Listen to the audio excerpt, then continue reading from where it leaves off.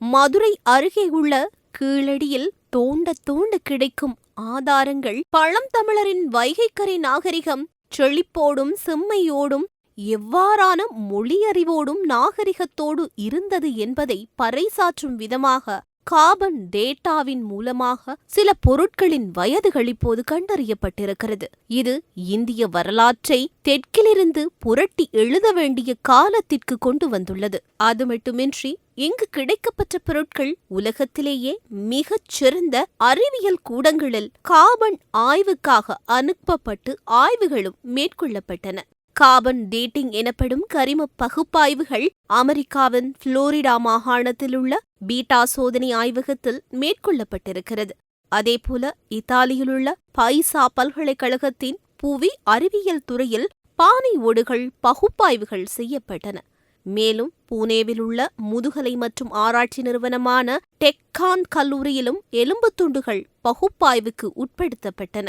கீழடியில் தமிழக அரசால் நடத்தப்பட்ட 4வது அகழ்வாய்வில் கிடைத்த பொருட்களை வைத்து சில முடிவுகளை இப்போது நாம் பார்க்கலாம். தமிழர்களின் நாகரிகம் குறித்த சான்றுகள் ஹரப்பாவிலும் மொகஞ்சதாரோவிலும் புதையுண்ட நிலையில்தான் கிடந்தன. சிந்துவெளி நாகரிக மக்களின் ஊர்கள் பெயர்கள் தமிழர்களை ஒத்துள்ளன என்பது இங்கு குறிப்பிடத்தக்க ஒரு விஷயமாக இருக்கிறது.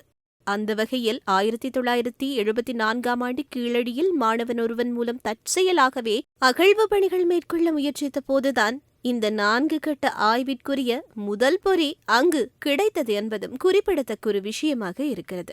கீழடியில் கிட்டத்தட்ட 353 சென்டிமீட்டர் ஆழத்தில் கிடைத்த பொருட்கள் கிறிஸ்துக்கு முன் 580வது ஆண்டையும் 200 சென்டிமீட்டர் ஆழத்தில் கிடைத்த பொருட்கள் கிறிஸ்துக்கு முன் 2005வது ஆண்டையும் சேர்ந்தது என கண்டறியப்பட்டுள்ளது. இந்த இரு மட்டங்களுக்கு கீழே மேலேயும் அதிக பொருட்கள் இருக்கிறதால் கீழடியின் காலகட்டம் கிறிஸ்துக்கு முன் 6ஆம் நூற்றாண்டு முதல் கிறிஸ்துக்கு முன் 1ஆம் நூற்றாண்டு வரையிலானது என தொல்லியல் துறை முடிவுகள் தெரிவித்திருக்கிறது.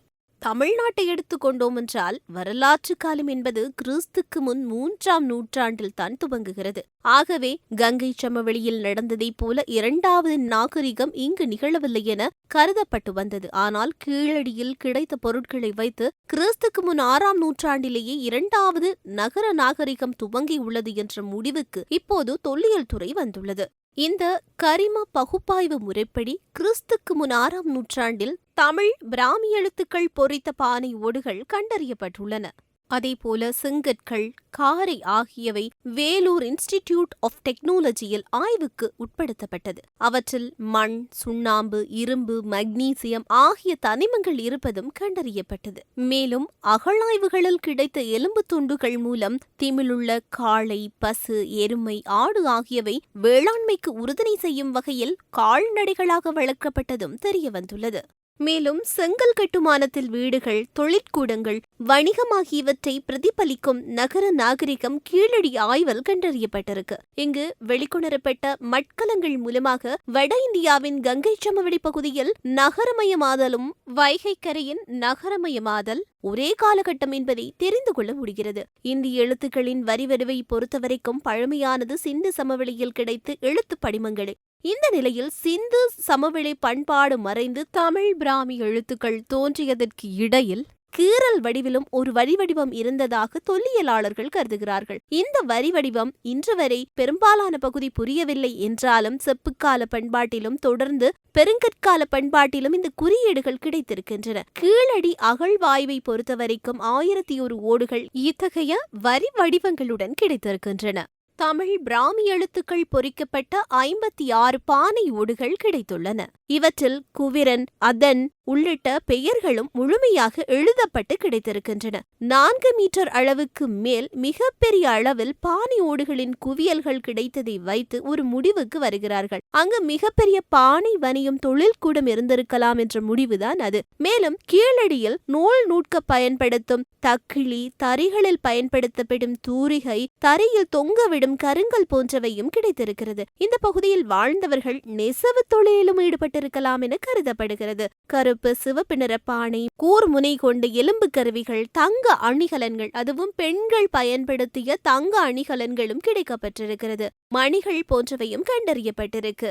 அவரைக்கல், மண்குடுவை, தந்தத்தில் செதுக்கப்பட்ட சீப்பு, சதுரங்க காய்கள், பகடை காய்கள், சூது பவிழ மணிகள், ரவுலட்ட சாயல் கொண்ட பானை ஓடுகள், சுடுமண் வார்ப்பு, மனித உடல் பாகங்கள், குழந்தைகள் கையாளும் விளையாட்டு பொருட்கள், அதுவும் சுடுமண்ணால் செய்யப்பட்ட விளையாட்டு பொருட்கள் என்று சொல்லப்படுகிறது. காளையின் தலை, மனித தலை உருவம் போன்றவைகளும் கண்டறியப்பட்டிருக்கிறது.